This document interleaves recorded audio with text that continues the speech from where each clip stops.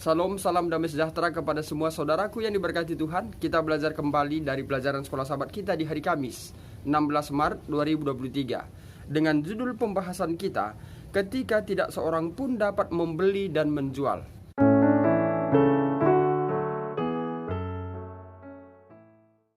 Saudaraku yang diberkati Tuhan, dari pelajaran ini kita akan menemukan ada suatu bahaya besar sehingga tidak dapat membeli dan juga menjual. Daniel 12 ayat 1 menyatakan bahwa ada masanya nanti, ada waktunya, ada kesesakan yang besar. Kita harus garis bawahi, ada kesesakan besar.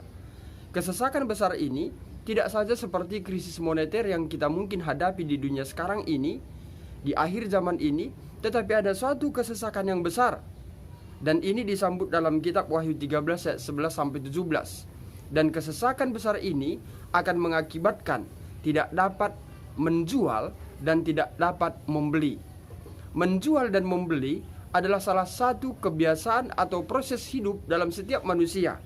Coba bayangkan kalau tidak ada kita lagi diizinkan untuk membeli dan juga menjual, maka kita adalah salah satu orang yang tidak berfungsi di dalam masyarakat. Kenapa? Karena kita ada di lingkungan dunia, ada di lingkungan masyarakat, kecuali kalau kita sudah mengasingkan diri, baik itu mungkin di perkampungan ataukah di hutan, maka kita tidak perlu lagi menjual dan membeli, karena kita akan hidup dari apa yang kita tanam. Saudaraku yang diberkati Tuhan, pelajaran ini memberikan satu gambaran bagi kita. Kita boleh lihat di Wahyu 13 ayat 11 sampai 17, terkhusus di ayat 16 dan 17. Di sana dikatakan barang siapa yang tidak menyembah patung binatang itu. Siapa ini patung binatang? Adalah menganggap dirinya layak untuk disembah.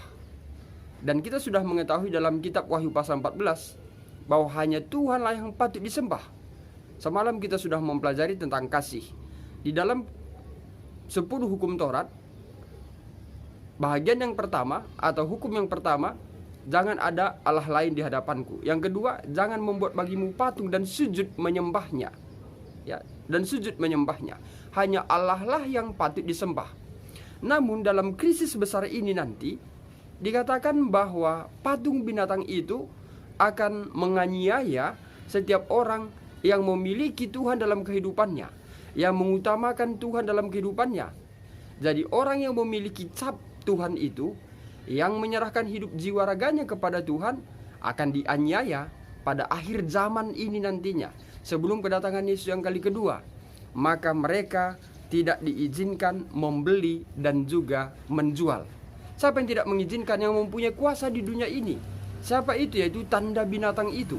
Kita boleh baca itu ayat 18. Siapa dikatakan? Adalah bilangan itulah bilangan seorang manusia, dan bilangannya adalah 666. Saudaraku yang diberkati Tuhan, itu sebabnya Ulangan 14 ayat 22 mengingatkan kita agar mengembalikan 1/10. Ya, mengapa harus mengembalikan 1/10? Apa kaitannya dengan pelajaran kita ini? Dengan ketika tidak seorang pun dapat membeli dan juga menjual, apa kaitannya? Dikatakan di dalam kutipan sekolah sahabat kita bahwa persepuluhan, dengan kita memberikan persepuluhan ini, kita ada rasa takut kepada Tuhan. Ya, itu disebutkan dalam Ulangan 14 ayat 23, mengatakan supaya kamu dapat belajar untuk selalu takut kepada Tuhan Allahmu. Kalau kita kaji dari kata takut, ini selaras dengan Mazmur 31 ayat 20. Ini merupakan ayat paralelnya. Dan bila kita kaji dalam Mazmur 31 ayat 20, kata takut di sini adalah menunjukkan hormat kita kepada pencipta kita. Dikatakan, alangkah limpahnya kebaikanmu yang telah kusimpan bagi orang yang takut akan engkau, yang telah kulakukan bagi orang berlindung padamu. Saudaraku, kita lihat dari kutipan Mazmur 31 ayat 20 ini menunjukkan kata takut ini mengarah kepada Dia yang kita hormati. Dan kembali pelajaran sekolah sahabat kita mengatakan bahwa baris-baris dalam paralel ini menunjukkan pada kita bahwa takut akan Tuhan adalah percaya kepadanya. Jadi, apa kaitannya kembali dengan Wahyu 13 ayat 11 sampai 17? Orang yang percaya kepada Tuhan akan mengembalikan persepuluhan.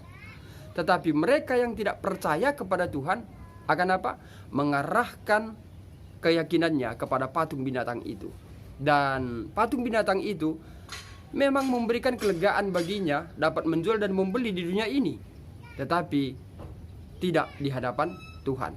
Jadi bukan berarti orang yang sudah menjadikan Tuhan sebagai utama dan yang terutama dalam kehidupannya tidak selamanya mendapatkan apa? Mendapatkan hal yang baik atau keberhasilan atau kemakmuran seperti Yosafat dan juga Yonatan. Tetapi kita juga mengalami ganjaran-ganjaran. Tetapi ingat, di balik semuanya itu, bahwa saat kedatangan Tuhan yang kali kedua, orang-orang seperti Yonatan dan orang-orang seperti Yosafat dalam hal mengutamakan Tuhan di dalam kehidupannya lah yang akan diterima. Demikian pelajaran sekolah sahabat kita di pelajaran hari Kamis. Biarlah kiranya melalui pelajaran ini kita dapat melatih iman kita untuk lebih tetap setia kepada Tuhan, setia dalam mengembalikan persepuluhan, setia dalam menyembah Dia sebagai Tuhan dan pencipta kita. Demikian pelajaran sekolah sahabat kita. Mari kita berdoa.